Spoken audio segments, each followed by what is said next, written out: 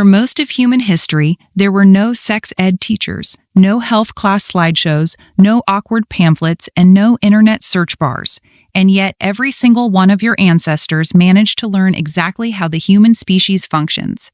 This raises a provocative question. If they didn't have sex education in the way we think of it, how did ancient people actually learn about sex?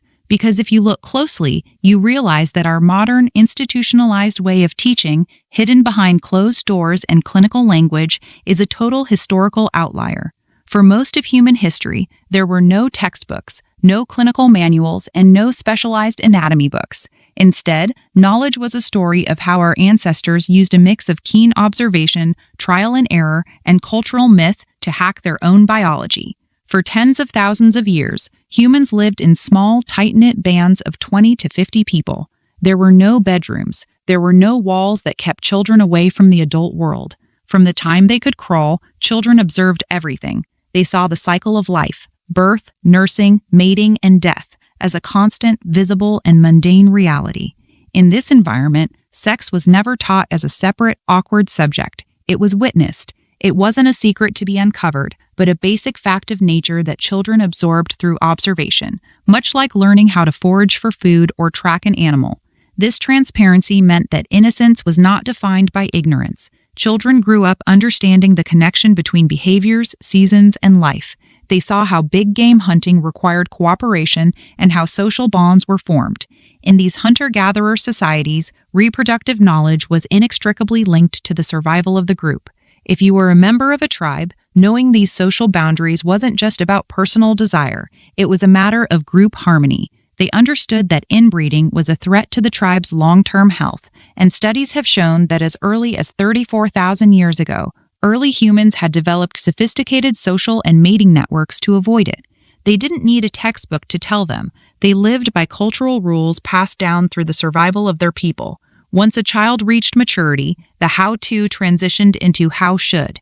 This is where ancient society stepped in with rigorous cultural frameworks. In many indigenous cultures, the transition to adulthood was marked by initiation rituals. These were not biology lessons, they were lessons in social responsibility. An elder wouldn't just explain the mechanics, they would pass down the tribe's oral histories, the rules of kinship, and the moral obligations of pair bonding. Knowledge was a form of status. You learned these things because you were becoming a functional, contributing member of the village. Grandmothers, in particular, played a vital role in this transmission of wisdom, a phenomenon evolutionary biologists call the grandmother hypothesis. Because older women were no longer preoccupied with their own reproductive cycles, they became the primary teachers, the storytellers, and the keepers of the tribe's reproductive lore. They taught the young not just about plants and food, but about the complex emotional and social navigation required for long-term relationships. It was an intergenerational dialogue that we have largely lost in the modern age, where we outsource these lessons to impersonal institutions. Beyond these tribal structures, we have to look at the spiritual dimensions that guided sexual understanding. In the ancient world, biology was often equated with divinity. Think of the Venus figurines discovered across Paleolithic Europe. These weren't just art, they were symbols of a profound connection between the human body, fertility, and the life-giving forces of the earth. People learned that their bodies were connected to the cycles of the moon, the turning of the seasons, and the abundance of the harvest. This sacred biology meant that when a young person asked about the mysteries of the body, they were answered not with scientific data, but with metaphors of nature. The lesson was that to participate in the act of creation was to participate in the sacred rhythms of the universe itself. This turned the act of learning into an act of reverence, ensuring that sexual knowledge was never stripped of its weight or consequence. As we moved into more complex civilizations, the approach remained deeply integrated, but became more codified. In ancient India, for instance, sexual knowledge was treated as one of the fundamental arts of life. Texts like the Kama Sutra weren't dirty books. They were considered vital guides for leading a balanced, harmonious, and spiritual life. You were taught that sexual energy was a pathway to understanding yourself and your partner. It was an education in aesthetics, pleasure, and emotional connection, seen as just as important as learning how to run a farm or trade goods. Meanwhile, the Romans treated sex with a pragmatic, public transparency. They were remarkably open about their desires. You can still see it in the explicit, preserved frescoes of Pompeian brothels. For them, intimacy was woven into the fabric of daily politics and law. Even the act of kissing was heavily codified into their social rituals and wedding ceremonies. Education here was a mix of cultural immersion and social expectation.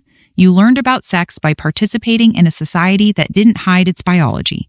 It was messy and it was deeply political, but it was never hidden. It was simply part of the theater of Roman existence. But once the romance and the rituals were over, the ancients faced a frightening problem: biology. Without modern science, managing fertility was often a terrifying gamble between herbal lore and pure superstition.